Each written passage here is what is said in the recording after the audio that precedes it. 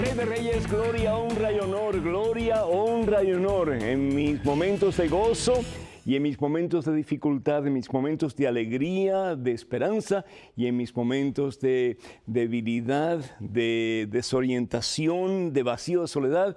Gloria al Rey de Reyes y al Señor de Señores. ¿Qué tal, queridos hermanos y amigos? Les habla el Padre Pedro Núñez y bienvenidos sean todos y cada uno de ustedes a este su programa Conozca Primero su Fe Católica. Hoy tenemos un programa muy lleno de bendiciones para todos ustedes, como de costumbre, y doy gracias a Dios por la sintonía de todos y cada uno de ustedes. Y pido mucho al Señor para que sus sueños más profundos, sus deseos más necesarios se hagan realidad en el transcurso de este programa, que ustedes pueden experimentar poder de Dios, fuerza de Dios, presencia de Dios, que transforma, que libera, que sana, que restaura y sí que salva. Creemos en un Dios de poder, hermanos, y a pesar de los problemas y dificultades que podemos tener, creemos en un Dios de victoria. En este momento, antes de hacer absolutamente nada más, hermano que me escuchas, hermana que me escuchas, como que hacemos así como que un alto en nuestro acelerado caminar diario, descansamos en los brazos poderosos y amorosos de ese que los abrió un día en una cruz en el Calvario, Cristo Jesús el Señor. Hermano, hermana, vamos a orar. Padre misericordioso, gracias, oh Dios, porque estamos en tus manos santas y poderosas. Como bien decía Santa Teresa de Ávila, nada te turbe, nada te espante. ¿Por qué? Porque Dios está contigo. Dios nunca te abandona, Dios nunca se aparta de ti. Dios siempre está a tu lado. Y por eso te doy gracias, mi Dios. Te doy gracias, mi Señor. Te doy gracias desde lo profundo de mi corazón, porque nunca te apartas de nosotros. Nos amas tanto, Señor, que nunca nos abandonas. Nos amas tanto, Señor, que siempre nos tienes tomado, como dice tu santa palabra, de tu diestra, y nos guías en el camino de la vida, en el camino de la esperanza, en el camino del amor, en el camino que eres tú, Señor Jesús, tú que eres el camino. Guíanos, oh Dios, en tu camino. Levanta, Señor, a tus hijos que están caídos. Levanta, mi Dios, a aquellos que se sienten sin fuerzas en estos momentos, que se sienten sin esperanza. Levántalos, oh Dios, levántalos, Señor. Y dales el gozo de sentirse amados por ti, mi Dios. De sentir que, aunque la situación parezca difícil, Señor, contigo, mi Dios, podemos sobrepasar esos obstáculos y vencer. Podemos sobrepasar esas dificultades y vencer. Podemos sobrepasar esas situaciones adversas, Señor, y vencer. No tengas miedo, dice el Señor Jesús. No tengas miedo, hijo mío. No tengas miedo, hija mía. Yo te tengo grabado en la palma de mi mano y tú a mí me perteneces. Y aunque una madre se olvide del hijo de sus entrañas, Señor, tú nunca te olvidarás de nosotros. Nos amas con amor eterno. Nos amas con amor que no tiene límites, que no conoce de condiciones, que es un amor desde siempre y para siempre, un amor puro, un amor santo, un amor que lo da todo, mi Dios. Bendice, Señor, a este hijo tuyo. Bendice a esta hija tuya que se siente en estos momentos cansado, Señor, triste, agotado, mi Dios, sin esperanza, sin ánimo, Señor. Renueva, Señor. Levanta, Señor. Restaura, mi Dios. Sana, Señor. Salva. Y llénanos, oh Dios, llena cada corazón de la plenitud de tu presencia, de la plenitud de tu paz, de la plenitud de tu amor. Llena, Señor Jesús. Di, hermano que me escuchas, hermana que me escuchas, recibo, Señor.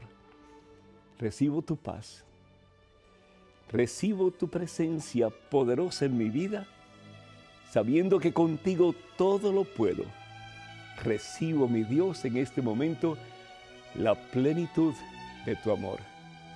Nada te turbe, nada te espante, porque quien a Dios tiene, nada le falta. Solo Dios, solo Dios, solo Dios basta. Aleluya. Alabado sea el Señor, glorificado sea su santo nombre por siempre. Amén, amén. Y damos gracias al Señor, hermanas y hermanos, por tantos de ustedes que nos llaman, que nos escriben pidiendo oración. Y estamos seguros, estamos conscientes, estamos claros en lo que dice el Señor Jesús, que cuando dos o más estamos reunidos en el nombre de Cristo Jesús, nombre que está por encima de todo otro nombre, el Señor se hace presente entre nosotros. Por lo tanto, unidos en oración, pedimos por Luis Alberto de New Jersey, que pide por la reconciliación de su matrimonio, y el de su hijo William también, que el Señor les bendiga en abundancia. Por Marlo de Honduras, que pide por su matrimonio, está separado en estos momentos de su esposa, y pedimos que haya reconciliación. Para Dios no es imposible, es verdad. Por Laura de California, que está agradecida con Dios porque el tumor canceroso que tenía en su tiroides resultó no ser maligno. Bendito sea el Señor. Con Cristo Jesús todo lo podemos, hermanos, y todo lo hemos de alcanzar.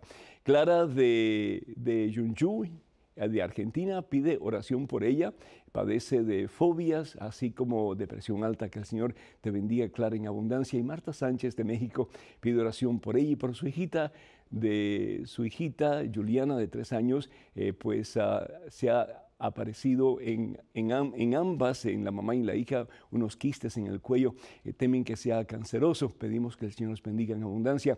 Eliana Francia pide oración por los obispos de Chile, y Evelyn de Plainfield, New Jersey, pide por su salud. Además, al ser indocumentada, no tiene manera de asistir a la rehabilitación que necesita para curarse.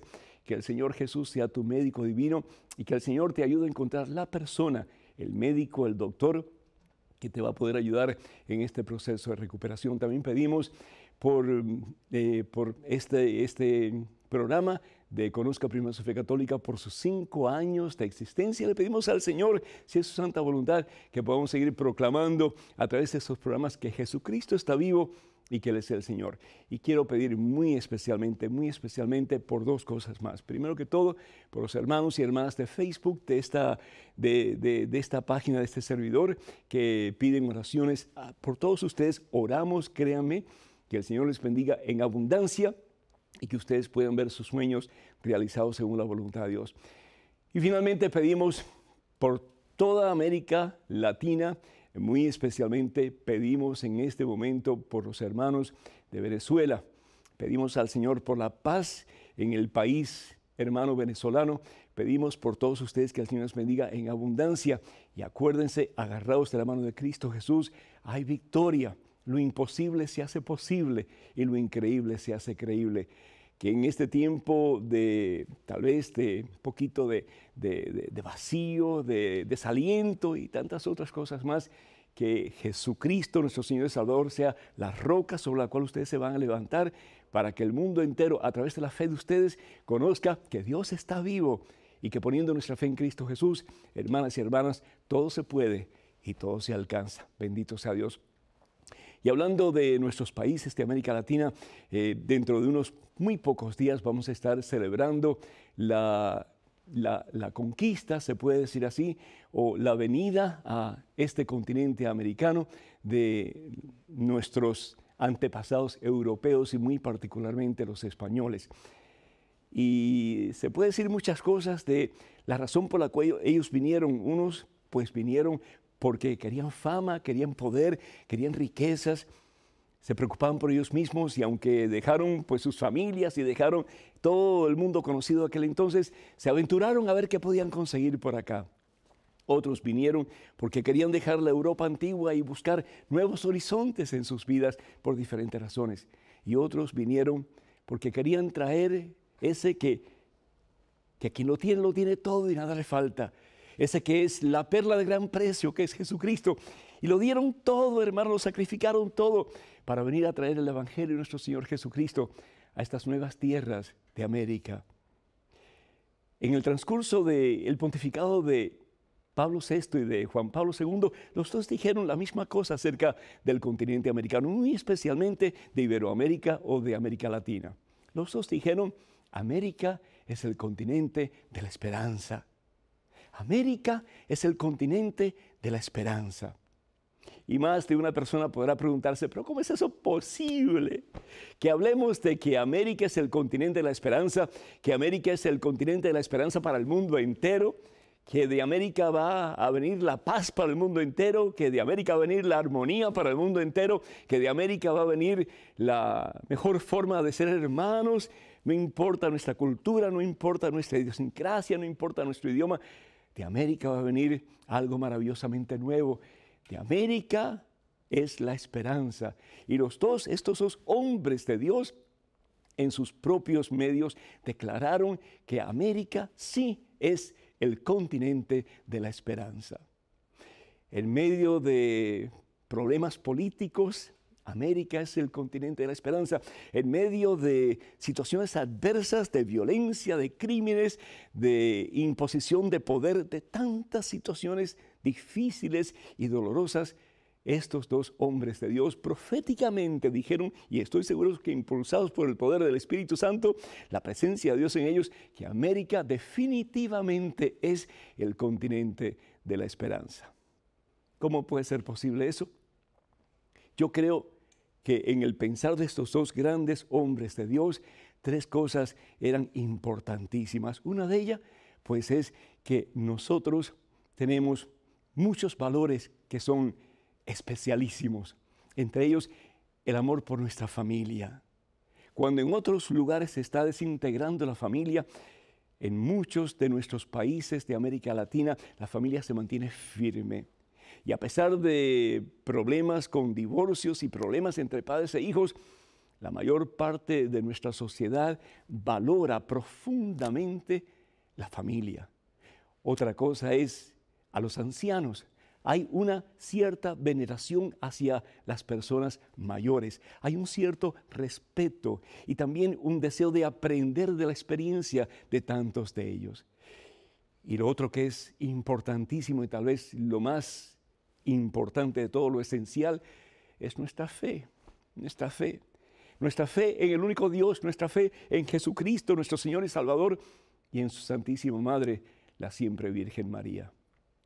Nos dice la palabra de Dios en el libro de Isaías, capítulo 11, versículos 9 en adelante. Pues vamos a decir el 9, dice, está hablando de un futuro. La palabra de Dios está hablando de una esperanza nueva, el profeta Isaías. Y dice, un día ya no se cometerá más el mal, ni nadie dañará a su prójimo. Un día en todo mi cerro santo, es decir, en todo el planeta, en toda la tierra, ya nadie dañará a nadie. Pues como llenan las aguas el mar, así la tierra estará llena del conocimiento de Yahvé. Así como las aguas llenan el mar, así estará la tierra llena del conocimiento de Yahvé. ¿Habrá esperanza para el mundo? Dicen estos dos papas que la esperanza está en América Latina, en el continente americano. ¿Será posible? Depende de ti y depende de mí. Si de verdad tomamos en serio nuestro cristianismo, si de verdad comenzamos a pensar no tanto en cómo va a cambiar este país, cómo va a cambiar esta estructura política, cómo va a cambiar esta situación opresiva, sino que cómo puedo cambiar yo para ser más y más imagen de ese a quien yo quiero imitar y a quien yo quiero seguir, que es a Jesucristo mi Señor. Cambiando yo, cambiará el mundo, cambiará la sociedad. Y si todos nos ponemos de acuerdo para imitar a Jesucristo y para vivir según sus preceptos y su voluntad, América será la esperanza del mundo y un día el mundo entero estará lleno del conocimiento de Dios como las aguas cubren la mar. Así sea. Amén. Hermanas y hermanos, para que nos llamen en Estados Unidos, el teléfono es el 1-800-221-9460, 1-800-221-9460. Llamadas internacionales, por favor, marquen el número 1-205-271-2980, 1-205-271-2980. Vamos a una pequeñísima pausa, pero regresamos en cuestión de momentos. Así que, hermanas y hermanos, por favor, no se vayan, quédense con nosotros.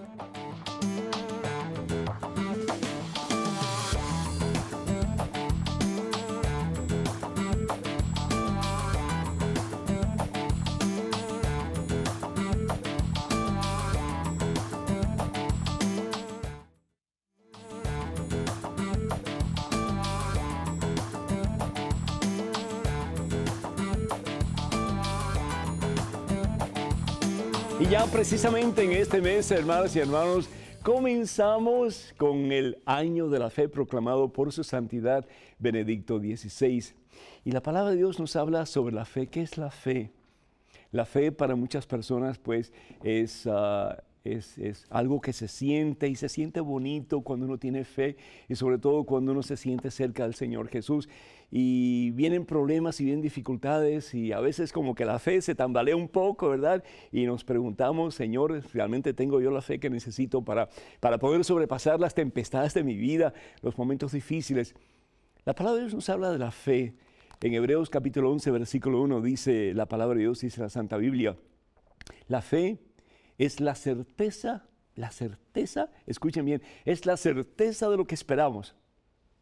Aunque vengan tempestades y violentas ráfagas de viento y parezca que nuestra barquita, como en el Evangelio según San Lucas capítulo 8, se está hundiendo, Jesucristo está en control y con Jesús hay victoria. La fe es la certeza de eso, de que Dios me tiene en la palma de su mano y por lo tanto no tengo nada que temer, porque con Cristo mía es la victoria. La fe es la certeza de lo que no vemos, es la seguridad de lo que esperamos.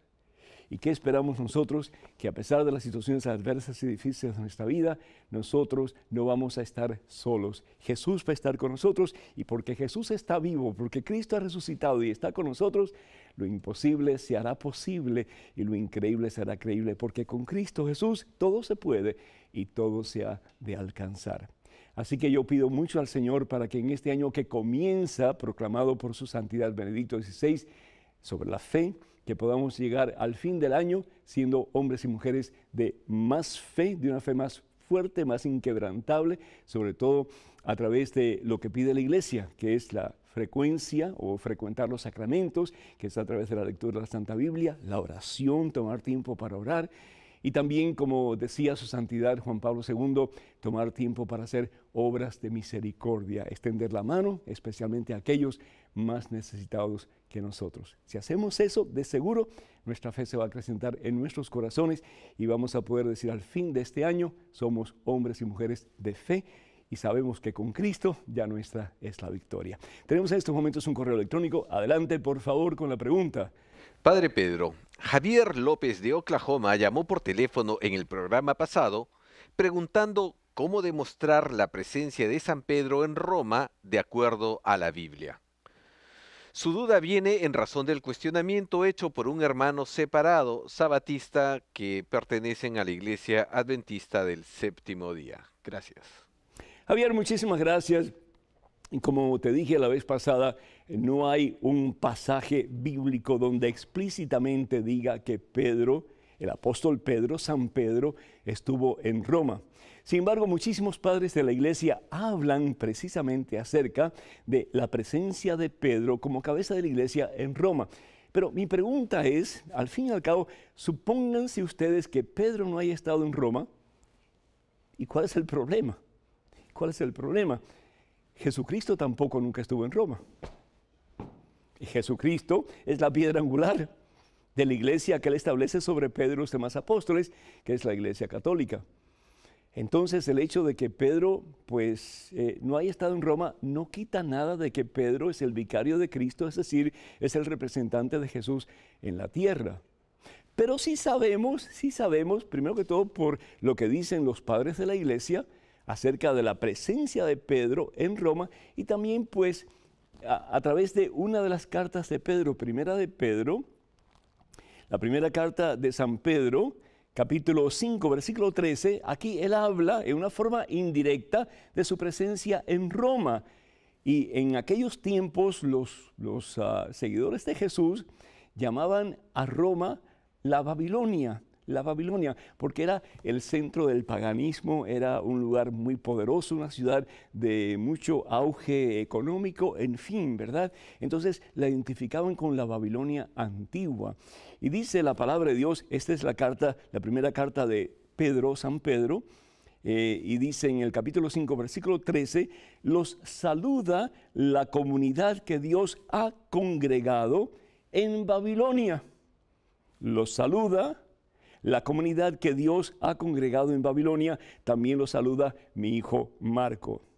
Salúdense unos a otros con el beso fraterno.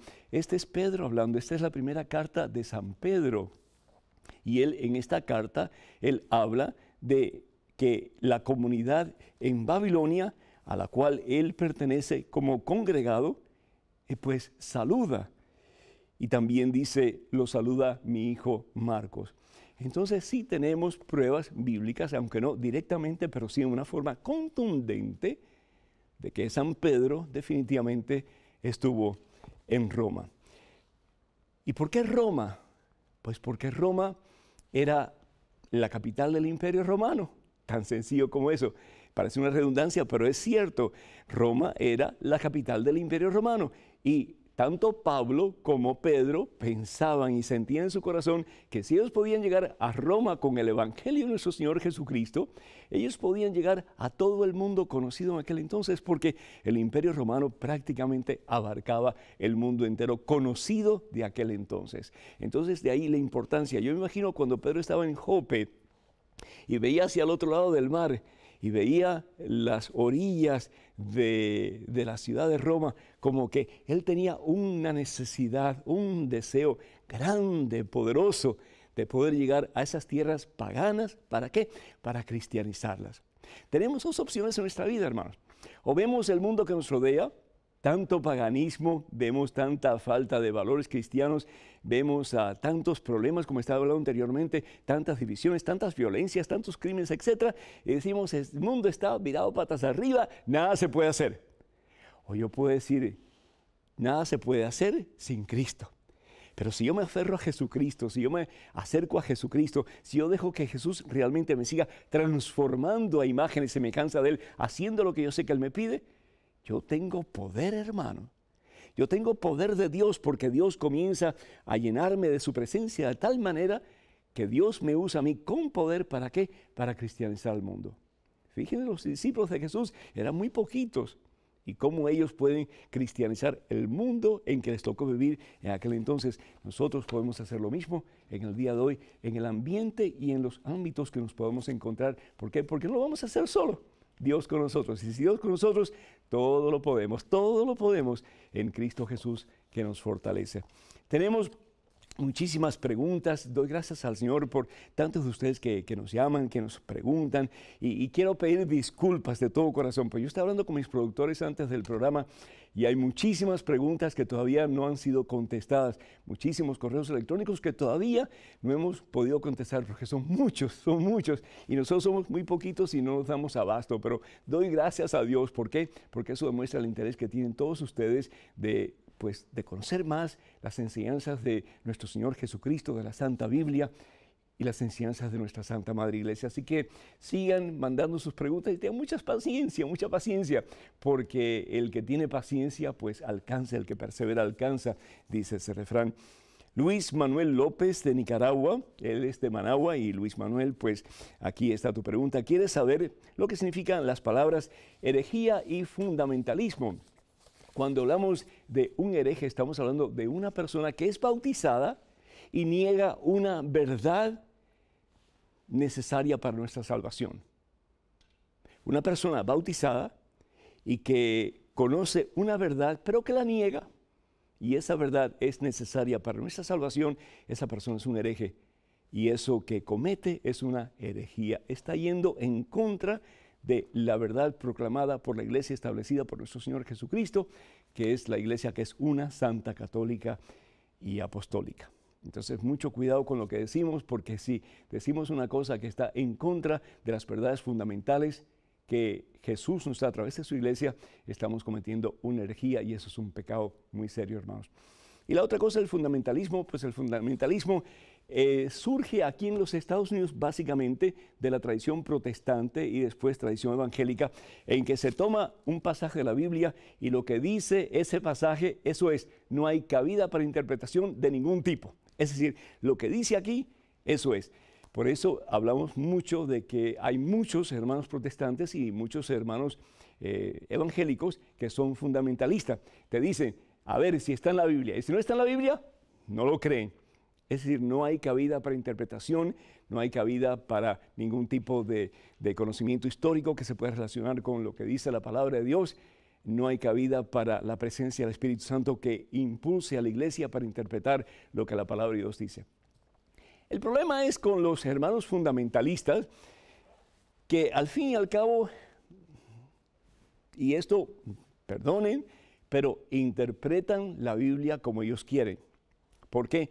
Porque muchas veces, dos cosas. Primero que todo, interpretan solamente, no interpretan, sino que ellos escogen el pasaje bíblico y dicen, pues esto es lo que dice.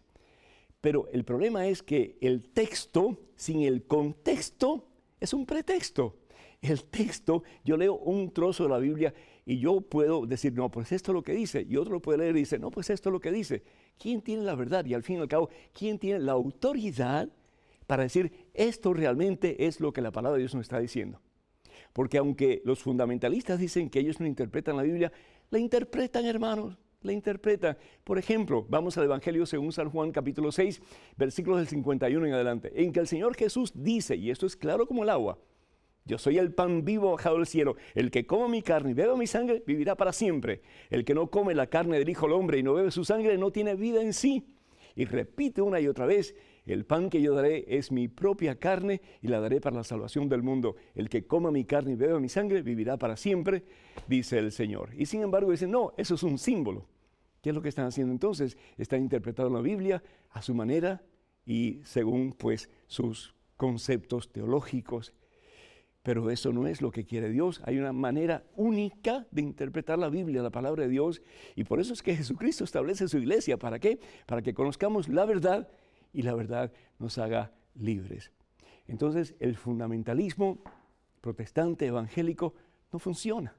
Porque al fin y al cabo interpretan la Biblia a su manera, según sus conceptos teológicos. Y de nuevo, lo que pasa es lo mismo cuando diferentes personas tratan de interpretar la palabra de Dios. Cada cual tiene una diferente percepción teológica de lo que se está leyendo. Por eso es que algunos hermanos protestantes y evangélicos dicen, no, el matrimonio es solamente una vez. Otros dicen, no te puedes divorciar, te puedes casar de nuevo. Unos dicen, bueno, te bautizaste, pero te puedes bautizar de nuevo. Otros dicen, bueno, pues el matrimonio de homosexuales es permitido. Otros, y así. ¿Y dónde está la verdad? La verdad está en las enseñanzas de la única iglesia fundada por Cristo Jesús, para que conozcamos la única verdad que es Dios, y esa verdad nos haga libres. Amemos mucho la iglesia, con todos sus defectos, porque al fin y al cabo tú y yo estamos en ella, y estamos llenos de limitaciones y de defectos. Pero la iglesia es santa. La iglesia es santa. ¿Sabes por qué es santa? Porque fue establecida por voluntad divina, por el mismo Jesucristo, quien en Pedro y los demás apóstoles la estableció para que la iglesia fuera signo visible de la presencia del Dios Todopoderoso en el mundo entero y hasta el fin de los tiempos. Para que nos llame a Estados Unidos, el teléfono es el 1-800-221-9460 y esperamos sus llamadas 1-800-221-9460. Llamadas internacionales, por favor marquen el número 1-205-271-2980. 1-205-271-2980. Vamos a una pequeñísima pausa, hermanos, pero regresamos en cuestión de momentos, así que por favor no se vayan, quédense con nosotros.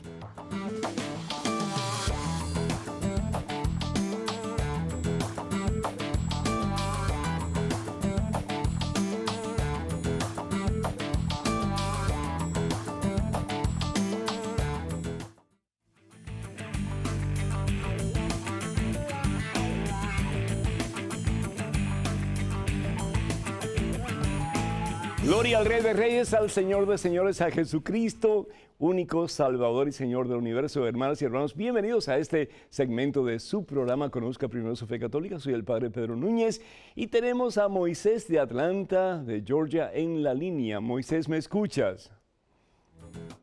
Moisés, ¿me escuchas? Sí. Hola, Moisés, el Señor te bendice, bienvenido. Sí, buenas tardes, ¿cómo está, Padre? Por la gracia de Dios en victoria, hermano. ¿Cómo estás tú? Bien, bien, aquí, siguiéndole. Qué bueno, gracias. Adelante con tu pregunta, Moisés. Sí, mi pregunta es, le he llamado varias veces a radio también, pero lo que quería saber es un consejo para mi esposa, porque mi esposa es bautizada por la iglesia. ¿Católica? Sí, por la iglesia católica, y cuando ella vino para acá, para los Estados Unidos, su papá tiene problemas de drogas y alcohol, entonces yo creo como que nunca tuvo la ayuda de la iglesia o de nadie de la iglesia, entonces él decidió ir a los Testigos de Jehová. Entonces han estado ahí por durante unos 8 años, yo pienso. Entonces ahora, después de ese tiempo que nos juntamos mi esposa y yo, empezamos a ir a la iglesia otra vez. Entonces, y ella ha ido a un retiro de la iglesia para evangelizarse, igual que yo. Ajá. Tenemos 2 hijas y apenas las bautizamos el año pasado. Y ahora, como en el lugar donde vivimos, estamos más cerca de sus papás. Ajá. Entonces ella decidió regresar a las reuniones de los Testigos de Jehová. Pero a ella le gustan también sus programas de usted, del radio y de la tele. Y ¿Ella está contigo? No, ella no está conmigo ahorita. A eso mismo ahora acaba de ir a una de esas reuniones con su mamá. Pero, o sea, como que esas cosas yo la veo como que nada más las está usando como para cubrir el ojo a su familia, para no quedar mal. Claro, Entonces, claro. no sé, o sea, yo como que me dan ganas de decirle, o sea, como, ¿por qué haces esas cosas si tú sabes y te has dado cuenta de cosas? Porque hemos hablado con un padre también y él le ha explicado las cosas. Porque yo a ella le he dicho que yo no la voy a obligar a que haga nada, pero yo quiero que ella, o sea, que abra su corazón, porque ella no abre su corazón ni su mente para otras cosas, sino así como lo que explicó apenas ahorita de los hermanos evangélicos y Sí. protestantes, que solo tiene que estar en la Biblia, todo. Y si no está en la Biblia, entonces no. El problema no también, Moisés, el problema es que muchas cosas están en la Biblia y no quieren ver la realidad de que ahí está la palabra de Dios. Por ejemplo, los testigos de Jehová, Moisés, no creen que Jesús es Dios, ¿verdad? No creen que Jesús es Dios. Sí. Ellos dicen que el único Dios es Jehová, es decir, Ajá. ahí no hay otro. Jesús es el hombre perfecto, pero Jesús no es Dios. Entonces ellos dicen que ellos van por la Biblia, pero si vamos a la Santa Biblia y escucha, Moisés, te pido por favor que escuches, ya te vamos a dejar para que escuches, pero esto dice la palabra de Dios. Evangelio según San Juan, capítulo 10, versículo 30, Jesús dice, yo y el Padre somos la misma cosa. Entonces, si Jesús y el Padre son la misma cosa, es decir, de la misma esencia, son uno, Jesús es Dios. Y si vamos, por ejemplo, al Evangelio según San Juan, capítulo 1, versículo 1, el prólogo, es decir, la parte principal del Evangelio, porque es la primera parte, dice, en el principio era el Verbo. Juan capítulo 1, versículo 1, en el principio era el Verbo y el Verbo estaba frente a Dios y el Verbo era Dios. Y versículo 14 dice, y el Verbo se hizo carne y habitó entre nosotros. ¿Qué más claro que eso? La palabra de Dios se hace carne. La segunda persona, Santísima Trinidad, ellos no creen en la Santísima Trinidad. Ellos no creen que Jesús, la segunda persona, Santísima Trinidad y el Padre son la misma cosa. Ellos no creen en el Espíritu Santo. Y sin embargo Jesús dice, yo tengo que ir al Padre, pero no los dejaré huérfanos, les enviaré al Paráclito. Evangelio según San Juan capítulo 16, para que les enseñe la verdad. Es decir, lo que Jesús dice entonces como que no tiene para ellos ningún peso. Y sin embargo esto está en la palabra de Dios, la Biblia. Por eso desafortunadamente hay tantas iglesias diferentes, Moisés. ¿Por qué? Porque cada cual va en un camino diferente. ¿Eso es lo que Dios quiere? ¿Que estemos todos separados? ¿Que estemos todos divididos? Dice la palabra de Dios, en casa dividida entra Satanás. ¿Y qué hace? Destruye. ¿Cuál es el deseo de Dios? ¿Cuál es el propósito por habernos creado para que seamos uno? Dios nos crea y nos pone, dice la palabra de Dios, en el Edén, en el jardín, el lugar donde hay armonía, donde hay relación, donde hay unidad entre los seres humanos y con Dios. Pero ¿qué es lo que pasa? Entra Satanás y destruye la armonía, divide al ser humano y divide la relación entre el ser humano y Dios. Pero sin embargo la palabra de Dios, Jesús es bien claro cuando habla, cuando ora al Padre en el huerto de Getsemaní, Evangelio según San Juan capítulo 17 versículo 21, y dice, Padre, que todos sean uno, como tú y yo somos uno, que todos sean uno, Padre. Entonces el mundo creerá que tú me has enviado. ¿Habrá esperanza? Claro que hay esperanza, pero cuando comencemos de verdad a leer el Evangelio según la voluntad de Jesucristo, enseñado a nosotros por esa que tiene autoridad para enseñárnoslo, que es la Iglesia Católica, la única iglesia instituida, establecida por el Señor Jesús, de nuevo en la persona de Pedro y los demás apóstoles. Si cada cual va a leer la Biblia y aunque dicen que son fundamentalistas, la va a interpretar en su manera diferente de pensar y de acuerdo a sus puntos de referencias teológicos, vamos a crear una conglomeración de ideas que nunca jamás vamos a estar de acuerdo. Y al fin y al cabo es lo que quiere el maligno, que estemos todos divididos. Pero una cosa yo sí te pido, en el nombre del Señor Jesús, Moisés, te lo pido de todo corazón. Sí que respetas a tu esposa, pero acuérdate, hermano, tú eres cabeza de tu hogar. Y la palabra de Dios bien claramente lo dice. En la carta de San Pablo a los Efesios, en el capítulo 5, tú eres la cabeza de tu hogar. Así que tú tienes la responsabilidad delante de Dios de llevar a tu familia a los pies de Cristo Jesús según la voluntad de Dios y no según la voluntad de los testigos de Jehová o la voluntad del mundo. Que un día de verdad tú puedas decir delante del trono de gloria, Señor, no perdí a ninguno de los que tú me diste. Cuenta con nuestras oraciones, Moisés, y ojalá que algún día pronto nos pueda decir, nos hemos casado por la Iglesia Católica, somos una familia católica unida, y no solamente unida entre nosotros, pero también cimentada en esa roca poderosa que es Jesucristo, el Señor y el Salvador del universo, tuyo y mío y de tu esposa también. En estos momentos un correo electrónico. Adelante, por favor. Padre Pedro, en mi parroquia, con la excusa de que los sacerdotes no se dan abasto para llevar la hostia a los enfermos, mandan laicos a que distribuyan la Sagrada Eucaristía. ¿Por qué ciertos obispos permiten esto y pasan por encima lo que Dios mismo ha estipulado? La palabra de Dios dice, mi agonía es grande cuando veo que muchos de mis sacerdotes permiten que manos no consagradas repartan mi sagrado cuerpo y sangre. Revelación de Jesús a Bernabé Nyon. Además, no está permitido que los fieles por sí mismos tomen el sagrado cuerpo y el sagrado cáliz, ni mucho menos que lo pasen de unos a otros. Inestimable Donum, Jueves Santo de 1980. Tienen razón nuestros hermanos evangélicos en atacarnos al decir que hay sacerdotes que hacen lo que les canta la gana.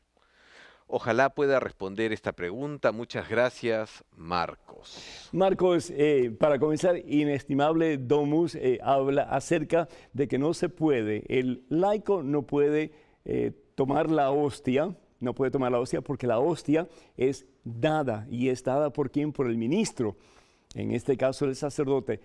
No puede tomar la hostia y meterla en el cáliz donde está la sangre del Señor y consumirla. Eso es lo que está hablando precisamente esta declaración que sale de la Santa Sede del Vaticano. En relación Marcos, yo espero que me comprendas, que me entiendas, que por mucho tiempo, por muchos siglos, la comunión definitivamente algo tan especial, tan sublime, tan importante para nosotros, porque estamos hablando de la vida de Dios que se nos ofrece, se nos regala, se nos da por amor para que nosotros podamos llenarnos de la vida de Jesucristo, podamos saturarnos de la vida de Jesucristo, podamos decir más y más como San Pablo, ya no soy yo quien vivo, es Cristo Jesús quien vive en mí, y poder decir con María Santísima, Señor, toda tuya, tú tus tubos, todo tuyo, Señor.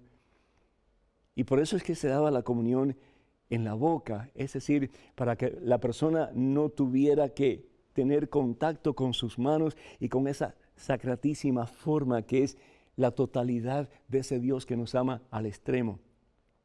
Pero tenemos que estar conscientes también que al principio, cuando Jesús le da su cuerpo y su sangre a sus primeros discípulos en la última cena, que fue realmente la primera misa, el Jueves Santo, antes de comenzar su pasión y su caminar hacia el Calvario, por amor a ti, por amor a mí, Él dio la comunión en la mano.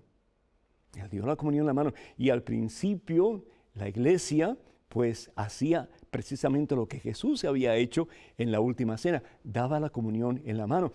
Y no era que estaban dando un pedazo de pan, estaban convencidos de que ahí estaba Dios, tanto así que en la primera carta de San Pablo a los Corintios, capítulo 11, versículos del 31 en adelante, el Señor a través de Pablo habla de la importancia de estar en estado de gracia cuando vamos a recibir al Señor, porque si no estamos forjando nuestra propia condenación. No es cierto, dice la palabra de Dios, versículo 27, primera carta a los Corintios, capítulo 11. Por lo tanto, el que come el pan o bebe de la copa del Señor indignamente, es decir, sin estar en estado de gracia, con pecado en su alma, peca contra el cuerpo y la sangre del Señor. Y en ese tiempo la comunión era en la mano. El pan era consagrado, el vino era consagrado. Conscientes de que ya no era pan, no era vino, sino que es la carne y la sangre del mismo Dios que se da por amor. Entonces recibían la forma sagrada de esa manera, en la mano. De nuevo, por mucho tiempo se utilizó la lengua o la boca para recibir esa sagrada forma. Fue realmente en el 1969 cuando Pablo VI, el Papa de ese entonces, quien dio un indulto para que los obispos que quisieran, bajo ciertas normas, es decir, el hablarles a sus sacerdotes, el catequizar al pueblo, etcétera, en la forma correcta de recibir la comunión, tanto en la mano como en la boca, y especialmente en estado de gracia, pues ese indulto fue proclamado al mundo entero para que cada obispo tomara su decisión. Hoy día, por ejemplo, hay muchos que son ministros extraordinarios de la Eucaristía y son aprobados por los obispos ordinarios, es decir, los obispos de esas diócesis particulares, para que ellos ayuden a los sacerdotes en la distribución de la Santa Eucaristía, especialmente a las personas enfermas o aquellos que están a una gran distancia y no pueden recibir el privilegio de participar de la Santa Eucaristía. Yo creo que lejos de pues apuntar con el dedo y criticar a tantos sacerdotes que están luchando a capa y a espada para llevarnos la presencia de Jesús, que nosotros oremos por ellos y que le pidamos al Señor que nos haga fieles a los mandatos de Cristo Jesús y especialmente los mandatos del Señor a través de la iglesia que Él instituye para que conozcamos la verdad y la verdad nos haga libres. Que no pensemos que los sacerdotes están haciendo lo que les da la gana sin las instrucciones de sus obispos, que estemos conscientes de que la mayoría de los sacerdotes tratamos de ser fiel a lo que los obispos nos están diciendo y que estamos colaborando con nuestros obispos para que la presencia del Señor sea dada en la mejor forma, en la forma más reverente y en la forma más eficaz posible, para que otras personas, como dije anteriormente, que están incapacitadas de poder ir al templo para celebrar la Santa Eucaristía, que el Señor pueda venir a ellos en el Santísimo Sacramento del altar.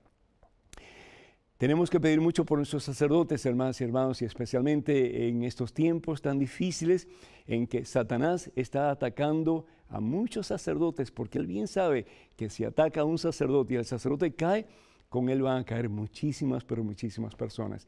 Y si necesitamos hoy día de algo en particular, es de sacerdotes santos que nos den el santo cuerpo de Cristo Jesús y su santa sangre, para que alimentados por Él, nosotros podamos de verdad permitirle al Señor que nos cambie, para en su nombre poder entonces cambiar la faz de la tierra.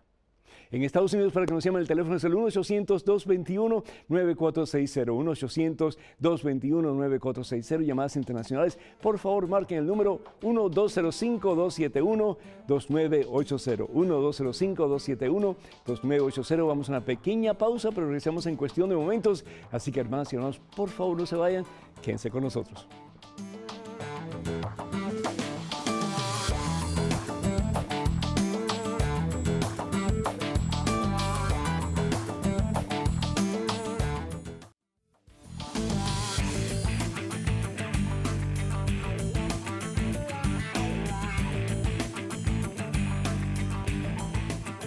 Hermanas y hermanos, qué gusto, qué alegría por estar con ustedes de nuevo en este su programa Conozca Primero Su Fe Católica. Soy el Padre Pedro Núñez y mi productor vino a compartir conmigo y creo que tiene dos puntos muy válidos. Primero que todo, que lo que está aquí es lo que realmente es palabra de Dios.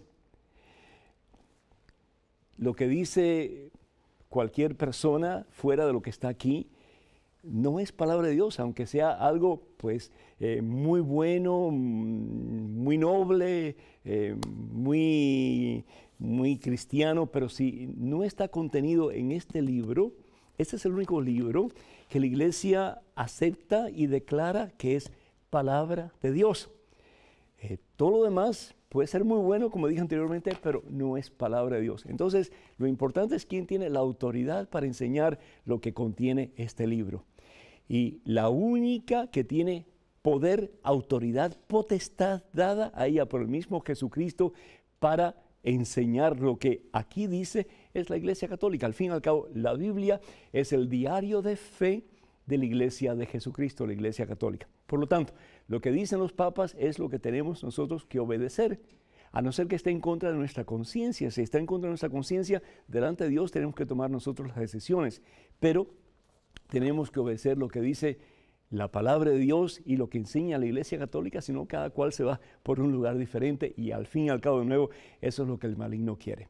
La otra cosa importante y es que, de nuevo, tenemos que apoyar a nuestros sacerdotes, tenemos que orar por nuestros sacerdotes para que tengamos sacerdotes santos para gloria a Dios. Si nosotros estamos constantemente apuntando con el dedo a nuestros sacerdotes, pues entonces, ¿quién va a querer ser sacerdote? ¿Cómo vamos a esperar que los futuros jóvenes van a querer seguir nuestros pasos cuando lo que van a encontrar son espinas y pedradas en el camino? Hermanas y hermanos, recapacitemos en el nombre del Señor Jesús.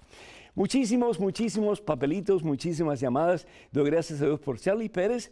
Él dice que se puede decir de una persona que ha vivido toda su vida en adulterio, recibe dones como el de hablar en lenguas, sanación y también que manipula al presbítero en cuestiones de las celebraciones. Y él pregunta esto, él es de Nicaragua. Pues hablar en lenguas, al fin y al cabo, si vamos a la primera carta de San Pablo a los Corintios, capítulo 14, pues es un don de los muchos dones que Dios nos da para nuestra propia edificación. Entonces, si yo estoy en pecado mortal y si yo asumo que yo hablo en lenguas para acercarme a Dios, es una especie de contradicción, ¿no creen ustedes? Entonces, o dejo el pecado y realmente pues dejo que Dios me siga llenando sus dones para acercarme más a Él, o dejo de acercarme a Él y sigo el pecado. La decisión es mía, ¿verdad? Y lo mismo se refiere con la sanación, es decir, mientras más limpio, mientras más puro, el instrumento en las manos de Dios, pues con más fuerza va a fluir la gracia de Dios a través de nosotros y a las personas necesitadas. Así que, de nuevo, dice la palabra de Dios que la gracia y el pecado no pueden cohabitar. Estamos en un lado o estamos en el otro, con Cristo o sin Cristo. En el centro, dice el Señor, los expulso, los vomito de mi boca. También pregunta Guillermo de la Fuente, dice que él se casó por civil, pero nunca se ha casado por la iglesia, si él puede confesar, si puede comulgar y algún día aspirar a casarse por la iglesia. Definitivamente sí, eres de Costa Rica, con el mayor de los gustos yo te invito para que vayas a un sacerdote, para que confieses, haz una buena confesión y comiences a recibir ese maravilloso sacramento que es la Santa Eucaristía. Liliana Beatriz López pregunta, dice que qué solución hay para las personas, mujeres, que no tienen una menstruación regular y tienen miedo de caer en estado una vez más. Pues hay un método que es súper eficaz, es el 99% eficaz, que es el método Billings. Y lo que se trata de averiguar es cuando la persona está realmente en tiempo fértil, no importa si eres regular o si eres irregular, en el tiempo fértil, y eso se nota por la mucosidad cervical. Yo te invito para que tú vayas a tu diócesis para que averigües cómo es ese método. En realidad es mucho más eficaz que cualquier otro método anticonceptivo que pueda existir, incluso los condones, los preservativos y aún las pastillas que muchas veces son abortivas.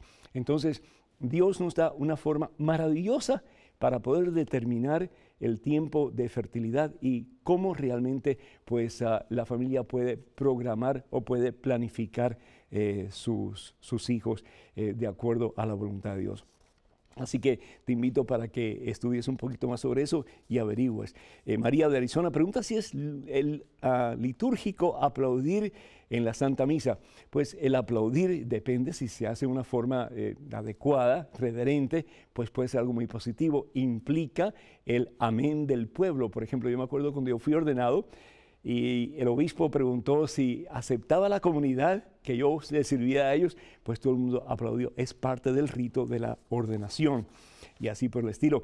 María Cecilia de Honduras pregunta que por qué hay que leer la Biblia. Pues si una persona que tú estimas mucho te manda una carta, no quisieras leer, pues lo mismo, ¿verdad? Dios, que nos ama al extremo, quiere que nosotros lo conozcamos cada vez mejor. Y cómo Él se manifiesta a nosotros, pues en una forma muy particular, y esa forma particular, en unas formas particulares, es a través de lo que está escrito en este santo libro, que es la Santa Biblia. Todos nosotros como católicos deberíamos no solamente leer la palabra de Dios, pero pedir al Señor la gracia para poderla vivir cada día de nuestra vida. Miguel de California, que quiere invitar al Padre Pedro a un congreso sobre la Divina Misericordia. Miguel, muchísimas gracias. Pues por favor te invitamos para que tú te contactes con la oficina de este servidor, que es Mensaje, para que podamos un día, si es la voluntad de Dios, poder estar por allá junto con ustedes. Desafortunadamente, hermanas y hermanos, el tiempo se pasa, pero demasiado rápido en este programa. Este fin de semana, con el favor de Dios, voy a estar en San Antonio, Texas, así que hablen por favor con las personas dirigentes de esa diócesis y a ver si nos podemos ver, si Dios así lo permite. Y les invitamos para que sigan orando por este ministerio EWTN y también para que nos apoyen económicamente para que podamos seguir llevando al mundo la santa palabra de Dios. Que el Señor nos bendiga en superabundancia en este día y por siempre y los colme de su santa paz y de la esperanza de que con Cristo hay victoria. Y por muy difícil que parezca la situación, si Dios está con nosotros, todo lo podemos en Cristo Jesús que nos fortalece. Que la bendición de Dios Todopoderoso, Padre, Hijo, Espíritu Santo, esté con ustedes hoy y siempre hasta el próximo miércoles, Dios mediante.